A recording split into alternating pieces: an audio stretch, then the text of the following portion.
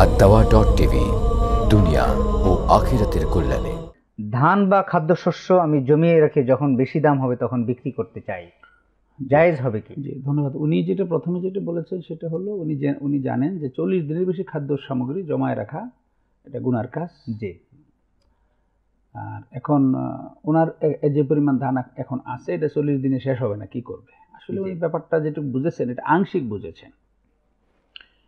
জমায় রাখাটা একটা হলো মজুত করা, একটা হলো মজুতদারি করা। জি। মজুত করা ফরজ, খাদ্যশস্য মজুত করা এটা ফরজ আল্লাহর বান্দাদের জীবিকার প্রয়োজনে। কারণ অধিকাংশ খাদ্যশস্যই সিজনাল, মৌসুমি। যেমন আম একটা মৌসুমে হয়, সারা বছর হয় না। আনারস একটা মৌসুমে হয়, সারা বছর হয় না। আলু একটা মৌসুমে হয়, সারা বছর হয় না। তো এখন মৌসুমে যে পরিমাণ প্রয়োজন তার চেয়ে হয়তো 10 গুণ 20 গুণ হয়েছে। সারা বছরের উৎপাদনটা আল্লাহ একটা মৌসুমে দিয়েছেন। এখন এটা যদি প্রপার প্রিজারভেশনের ব্যবস্থা না করা হয় তাহলে পচে নষ্ট হয়ে যাবে। এগুলো পচনশীল দ্রব্য, অবশ্যই সেটা মজুত করতে হবে। এটা আল্লাহর এই রিজিক যথাযথ সংরক্ষণ করা, এটা আল্লাহ তাদের বান্দার উপরে দায়িত্ব দিয়েছে, এটা ফরজ। উনি যেটা বলেছেন মজুত করে গুনাহ তো নয়ই, বরং মজুত না করলে গুনাহ হবে। যদি আমার অবহেলার কারণে কোনো খাদ্যশস্য পচে যায়, আমার অবহেলার কারণে নষ্ট হয়ে যায়, তাহলে গুনাহগার হতে হবে।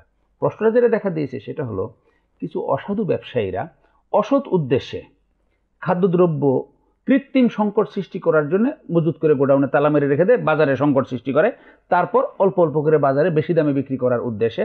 এটাকে বলা হয় মজুতদারি। এটা একটা মজুতদারি ব্যবসা। এই মজুতদারি কৃত্রিম সংকট সৃষ্টি করার জন্য কোনো খাদ্যদ্রব্য বা অন্য যে কোনো জিনিস মজুত করে বাজারে দাম বাড়িয়ে পরবর্তীতে অতিরিক্ত মুনাফা করা, এটা সম্পূর্ণ হারাম।